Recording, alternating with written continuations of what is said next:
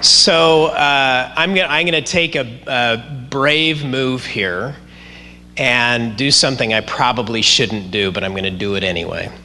So of the dental teams that are here, and I'm gonna do this based on a per doctor standpoint, dental teams that are here, doctor and let's say 2 to 3 hygienists, is there anybody in the room that does over $1 million in hygiene? Not that dollars are a measurement of everything, just out of curiosity, if there is. Okay, good. I won't go any further, but that's give you the context of just a few things that I'm going to share with you, and then we'll be done. For the last almost 25 years, I have spent my full time working with dentists to make what you've just heard and things like it actually work in the practice with patients. And as you've thought about the things that have been presented here today, and you've thought about the practicality, I heard one question here earlier in the afternoon about what do you do with patients who say, well, is my insurance going to cover this if we're going to treat periodontal disease at its earliest stages? And I'll talk about that real briefly. But at the end of the day, the only purpose of education is not knowledge, but action, results producing action. And so that's always been our philosophy. And so that's what we've worked very hard to do. I am not a dentist. I'm not a physician. I don't have a lot of letters behind my name.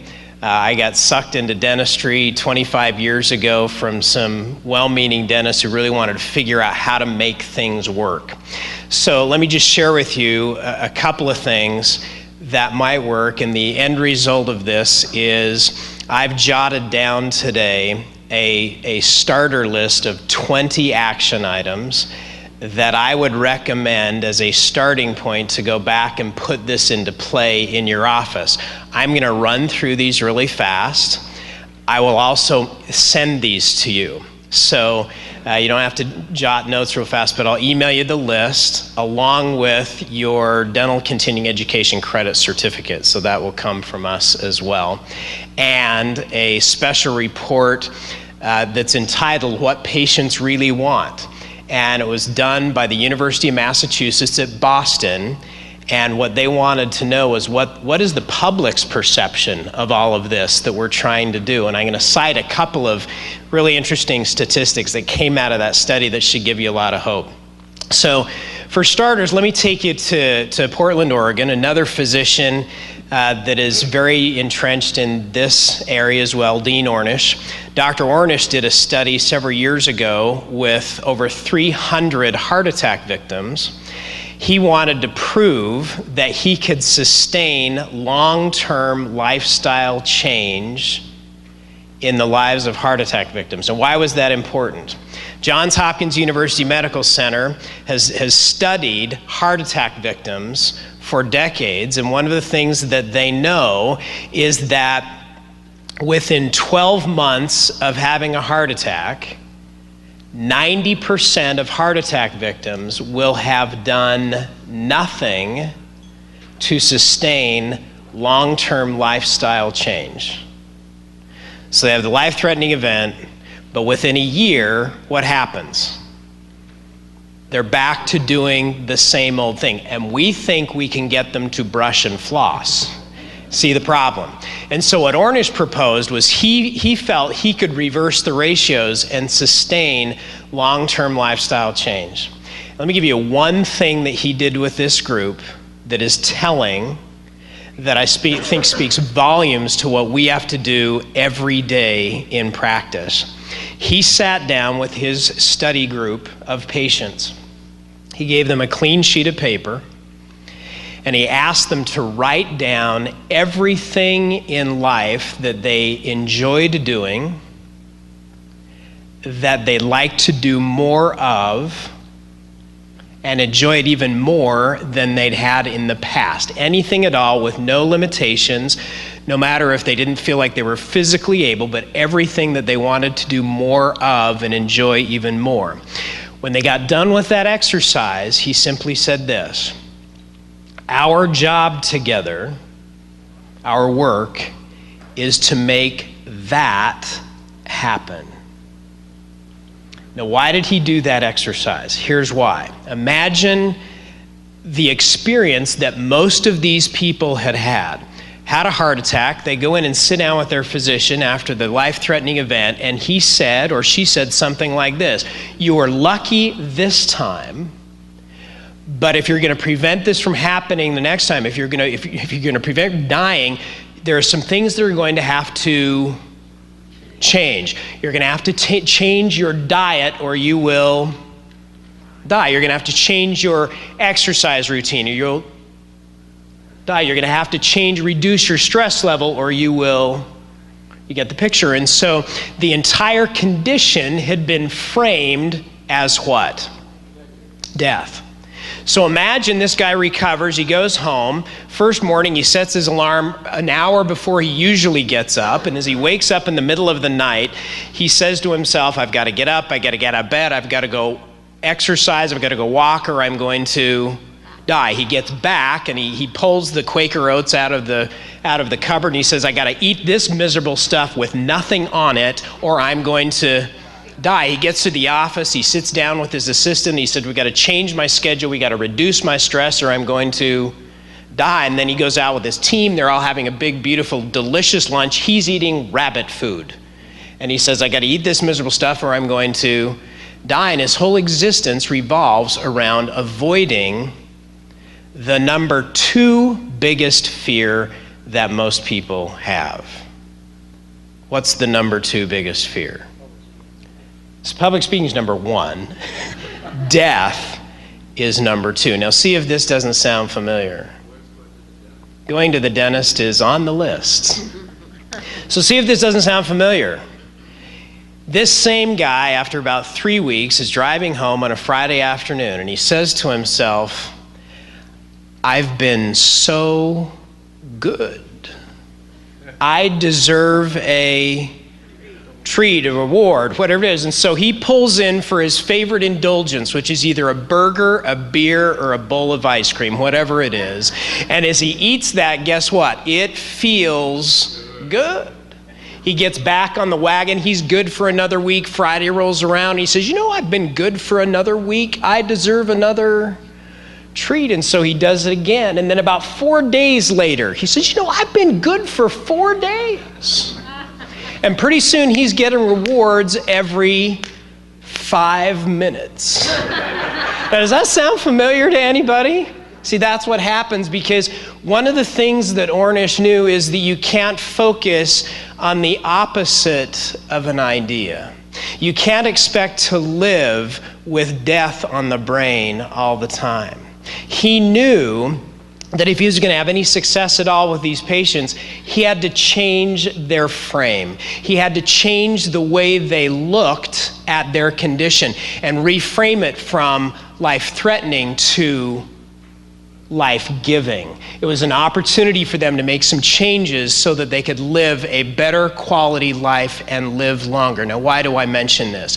How many of you today have had a frame change? That today, this afternoon, you look differently at what you're able to do as a physician, as a dentist, than you did when you walked in this morning? How many of you had a frame change? Okay, if you didn't raise your hands, do I need to explain it to you again? Do we need to repeat the course? Okay, that's one of the purposes of education, is to change the frame. And the first thing then that I recommend is you have to work on the frame constantly, don't you? Because your frame determines your behavior. What you believe about disease and the nature of disease in your patients will frame and will dictate your behavior around that. Number 2 then becomes, what is the frame of your team? How many of you have team members that did not come with you today? Okay? So I got news for you, just a word of caution, and Dr. Bale, I think, mentioned this, is don't hit them with it all on Monday morning. The team members that are here, how many of you ever sent your dentist away to a seminar alone?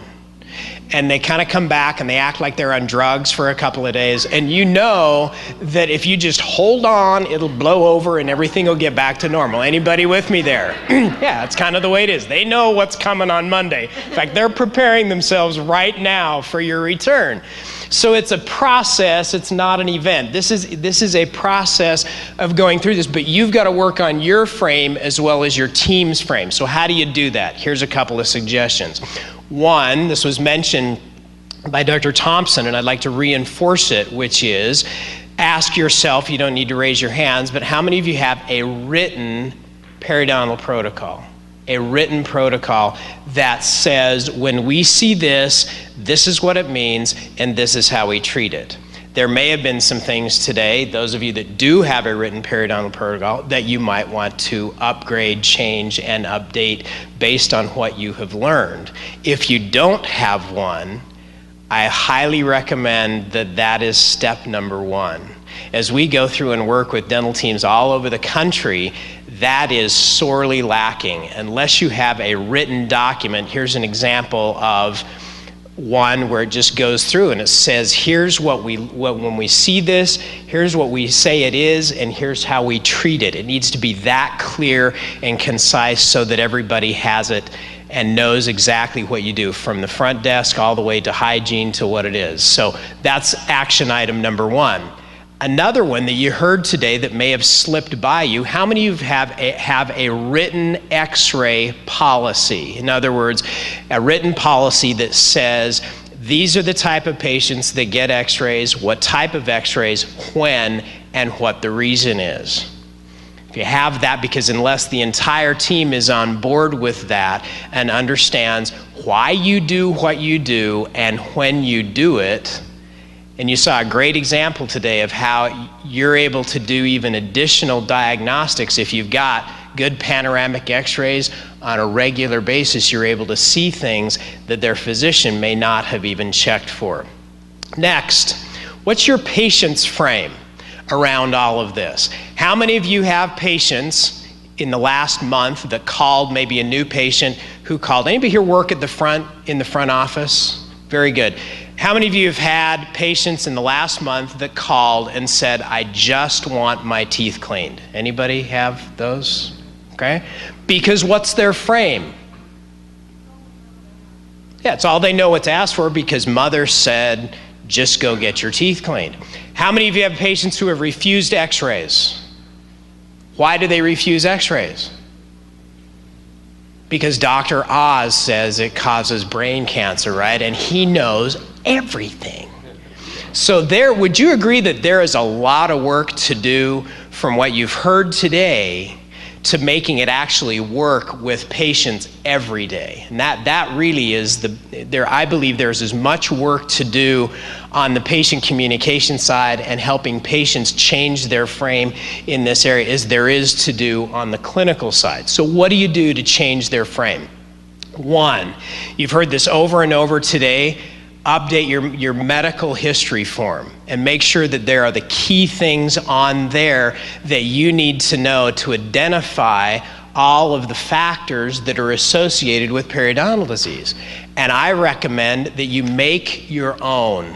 Don't just take somebody else's form and use it, but make your own so you can add the health factors that you want on there, that you want to talk about, that you know are important. Next, update your dental history form. Let me give you two questions that are my favorite that I think do more to create and change a patient's frame than any other two questions we've ever used. These are rating questions. So basically you're going to say, on a scale of 1 to 10, please share with us, 1, how important your dental health is to you. On a scale of 1 to 10, 1 being low, 10 being high, how important is your dental health to you? Now, most people are going to put what on that? How are they going to rate their dental health in terms of its importance? What would you guess? Sure, I mean, they came to you, right? So it's going to be an 8, 9, or 10. Now here's the next one. Please rate your current dental health. Now, our experience has been that 80% of the patients will rate importance 8, 9, or 10. They will rate their current health, what do you think? 5, 6, 7, 2, something much lower. Now, is that a good thing? Great for us. Why? That is, in psychological terms, what psychologists call cognitive dissonance. Now, what's cognitive dissonance? It means that I'm at odds with myself. I believe one thing, but I ain't doing nothing about it. I'm not walking the talk. So you see how this now creates a frame change, because nobody's really ever presented it to them like this before. You say, so I sit down and say, so I see your dental health is really important to you. You rated it a 9 or a 10, but you rated your current health as a 2. Now, what are you going to ask at that point? Yeah, what has to happen to make that a 10? Or just simply say, tell me about that. Tell me about the gap between how important it is to you and what's currently going on. Tell me about your self-diagnosis here. That creates a frame change in which they will tell you what they perceive as the issue.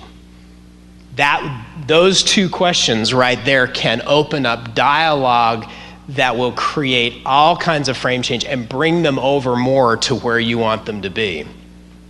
Here's one of the interesting things that came out of this study at the University of Massachusetts was that there is a correlation between those who rate their dental health as being poor are more likely to rate their overall health as being poor. It is illogical for someone to say, my dental health is really poor, but everything else is great. They don't do that. They correlate. Patients know that the two are connected. Next, merchandise the problem. How many of you are familiar with merchandising in retail sales? You go into Nordstrom's or Saks Fifth Avenue, whatever it is, and how do you know what is there available for sale? They merchandise it. They make it visible. In fact, one of the keys to merchandising is that quantity drives sales. If Saks is trying to sell sweaters, they will pile those sweaters high on the counter to create the perception of abundance, and abundance drives sales. In other words, you create the environment in your office where they start to educate themselves. You have things in your environment that help them educate and discover that they have the problem and self-discover. There's a whole body of work around that. Next, where's the hygiene time being spent in your practice today? Can I give you a little exercise to do that might be revealing? We like to do this with practices all over the country, which is do some math. And look at your procedure code analysis for the last month, 2 months, the last quarter, the last year, and what's this ratio?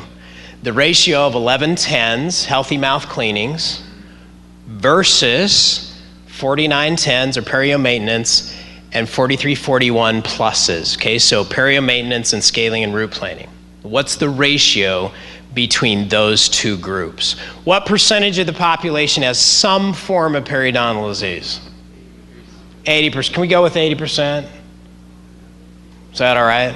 So if 80% of the people have the problem, if we're actually treating the problem, what would this ratio be? Right? It would be 80% of the time we'd be doing what? It's actually more than that because they're becoming twice as often, exactly. So at least 80% of the procedures that we're doing would be 4910s and 4341 pluses, and only 20% of the time or less we'd be doing 1110s. Does that make sense? Across the country, when we go into dental practices, 80% of the time, what do you think it is? What is it, Steve? Tell us. 80% of the offices are spending 80% of their time doing 1110s. They're prophy mills. They're not treating disease. You're right. I'm being generous. Okay? So, but here's the point. Unless you measure it, unless you look at that measurement on a regular basis, you don't really know what's going on, because there's always exceptions, right? We make an exception here, an exception there, and pretty soon the whole thing is spun out of control. Measure it and look at it on a regular basis. Next, when a patient comes in, and I know all of you do this, look at their health history form. Now, this is why I say this. We go in and we'll do chart audits in an office when we first go in, and we'll pull a random set of charts. And one of the things I look for in this area is a simple thing. How many of you in dentistry have a question on your dental health history form that has to do with whitening? Something to do with whitening. Chris, I know you have a whitening. You have to have a whitening question, right? How many of you have some type of whitening question? Would you like to whiten your teeth? Okay, so if a patient checks yes on that, what do you think I look for next?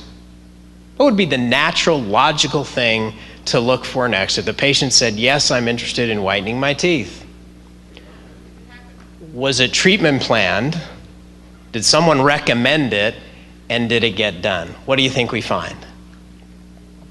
80% of the time, it's never in the treatment plan and it never got done. Why? Nobody looks at the form. Now, I can give you a very interesting study about the power of your medical and dental history form. In the interest of time, I won't do that, but if I could recommend this, update it and look at it, and after you've looked at it, what are you going to do? Look at it again. You're going to talk about it, right? Talk to your patients about what they've written. And how do you do that? All you do is you simply feed back to them what they've already written down, and you say, Steve, I see you have a history of heart disease in your family. Tell me about that. Tell me your story, in other words. Tell me about because as is mentioned here, how often do they put everything down on the form? Rarely, if ever, do they put it all down. That's why it merits discussion, okay? Now, here's the next point. Questions are the answer. This is a truth. This is a natural law that says people don't buy solutions to problems they don't perceive to have. You're all not going to run out and buy a bulldozer this afternoon. I guarantee it. Why? Because you don't perceive a need for one. We only buy things for which we have a perceived need, and questions are the way to do that. Here's the key question. You identified the signs of disease. This is the key question. Never tell a patient they have a problem. What should you do? 3-letter word? Ask them. This is the most powerful question. Steve, how long have you had this infection? And they will always respond by saying, what infection? Well, let me show you the signs that we are seeing that you have an infection. Now, when you ask them, how long have you had this infection? Who owns the problem? They own it. When we tell them that they have infection, who owns the problem? You own it. Who do we want to own the problem? We want the patient to own the problem. How we frame it to them will determine whether or not they own the problem and if they do anything about it.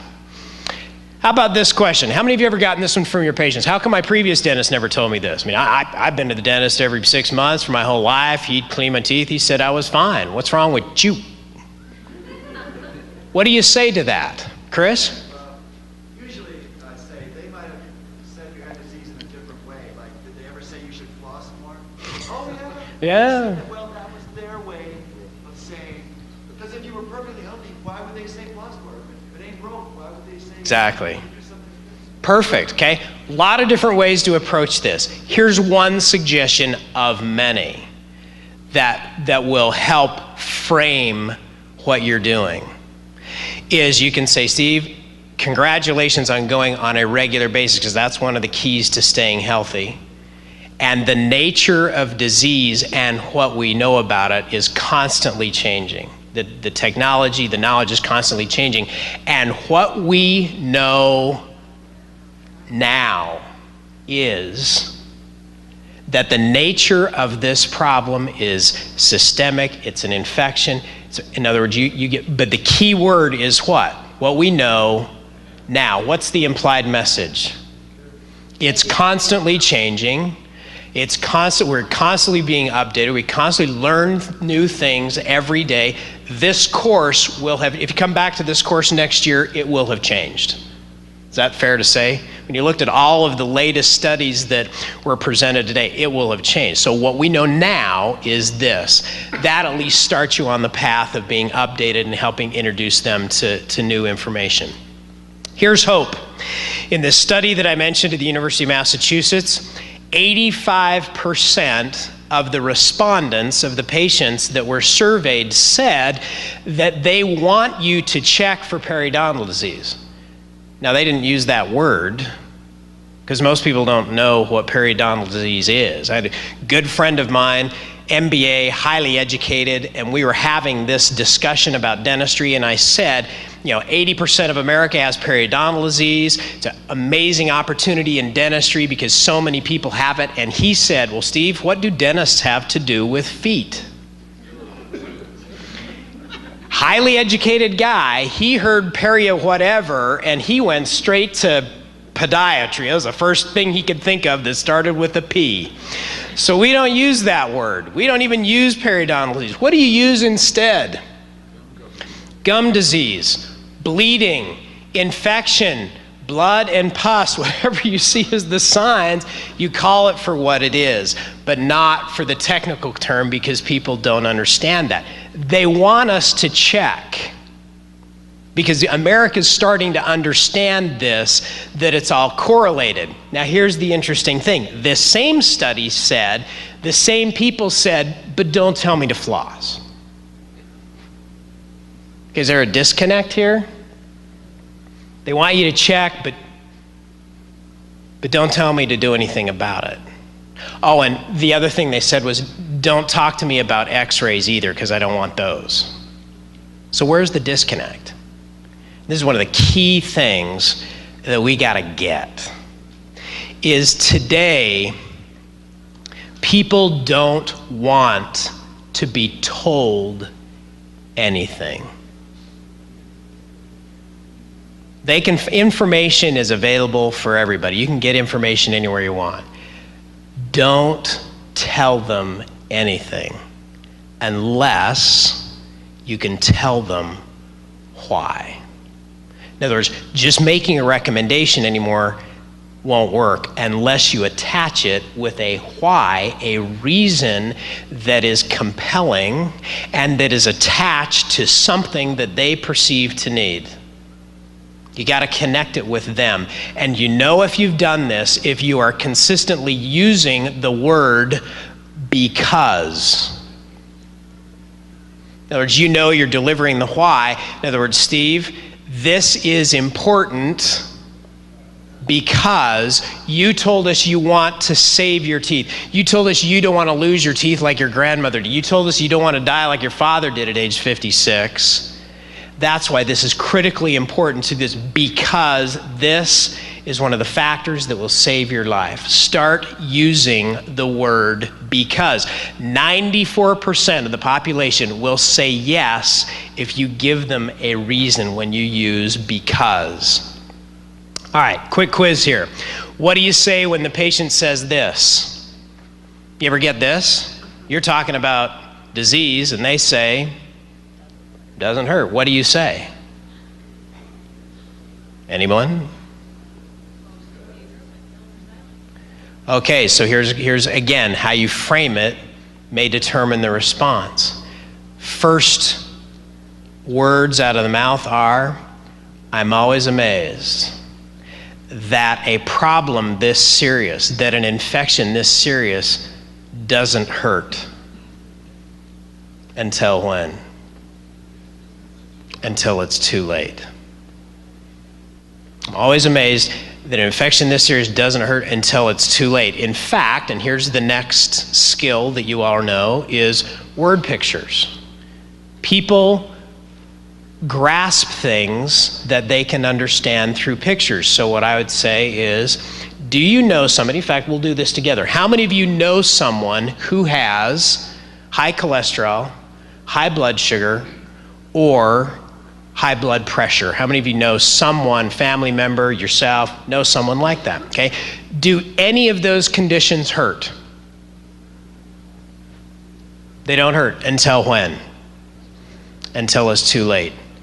And what we know is that gum disease is very similar to those conditions. It doesn't hurt until it's too late. Now you framed it, now they get it. Because now they put it in a category with 3 very serious conditions that they are familiar with, that they know about, that they know are life-threatening.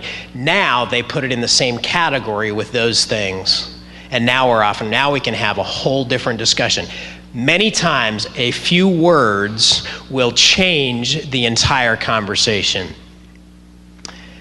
Back to your question earlier today, will my insurance cover all this? A lot of the things you're going to do now are not covered by insurance. So how do you deal with that question? What do you say? Anybody have a good comeback for that one? So here's a recommendation. And here's just a statistical fact, 87% of patients with insurance go to the dentist. In other words, if they got the benefits, they're probably going to show up, which is a good thing. 60% of patients without insurance go to the dentist. So if they don't have insurance, they're less likely to show up. So you're dealing with this all the time. So 78% of patients view oral health as part of their overall health. Only 58% across the board now are talking about whole health issues, and only 51% are talking about the correlation between oral health and overall health. So you're part of a very select group. The gap here has to be filled. So let me go back to the insurance. They say, is my insurance going to cover this? And here's the response. The response is a question. I'd say, Steve, sounds like you want to maximize your benefits so you can minimize your portion. Maximize your benefits so you can minimize your portion. Am I right? So what we're going to do is everything we can to help you maximize your benefits. And those benefits primarily are designed to help you when there is what? Loss. Think about it. Dental insurance covers, routine cleanings, all that kind of stuff, but it only covers things when there is damage. Here's the word picture. What does your homeowner's insurance cover? Damage to your home. What does your auto insurance cover? Damage to your car. What does your dental insurance cover? A few routine things and then damage. So here's my question to you, Mr. Patient, Mrs. Patient. When you have a choice between crisis prevention or crisis management, which do you prefer? In other words, if you know a crisis is coming, do you like to take care of it then on your terms, or do you prefer to wait until it shows up on its own terms and then you got to handle it when it is a crisis and emergency? Which do you prefer to do in life in general? Now, most people are going to say what? Crisis prevention. So what we're recommending here is let's prevent the problem before it becomes a crisis. Prevent it on your terms now before it becomes a crisis on its own terms. You got to reframe the insurance proposition. A lot of insurances are covering 100% preventive care. In a lot of dental insurance or medical insurance. If you have dental insurance that covers 100% of preventative stuff, rock on. So you ought to know what their coverages are. If you got it, use it. But the point is, you got to reframe it. Whatever it is that they have, make sure it's framed properly. So here's the bottom line. Are you becoming the physician of the mouth? That's the new frame. The 2 additional things is repositioning yourself out in the community. You've heard a lot of talk about that today, of meeting with physicians and rheumatologists and the other physicians in your town to reposition and reframe what you do in their minds. A lot of work to do. So that was 20 things, rapid fire, and we'll send those to you. If you're registered for the course, we'll send you the list, and the list is going to be in the form of what I call a Kaizen action plan. Kaizen is a Japanese word that stands for continual improvement. So when you get this list, it's going to have the action item, who's accountable for following through on that action item, by what date, and then you're going to have some ways to identify what the status of that is so that you keep going back to these things over and over and over again. So with that, and we'll also send you a copy of the special report that I mentioned that was done at the University of Boston along with your dental CE certificate. I want to introduce you to Kim Maddox. Kim, will you stand up? So Kim's a member of our team, and I'll just say this last thing. Dr. Tommy Neighbors, genetically related here. Tommy and I have been privileged to work with Tommy for a number of years. And I'll share with you a quick story to end this up that will frame this. And this story has not been approved, so my apologies if this doesn't come across right, but I think it's appropriate. My father, soon to turn 90 years old, when he was 9, his father, my grandfather, passed away when my dad was only 9 years old. At the viewing before the funeral, he was standing there alone, kind of a peaceful moment, and a man walked up to him, who to this day he still does not know who it was, and said to him, a 9-year-old, "I hope you become a better man than your father," which was a little offensive, harsh for a 9-year-old.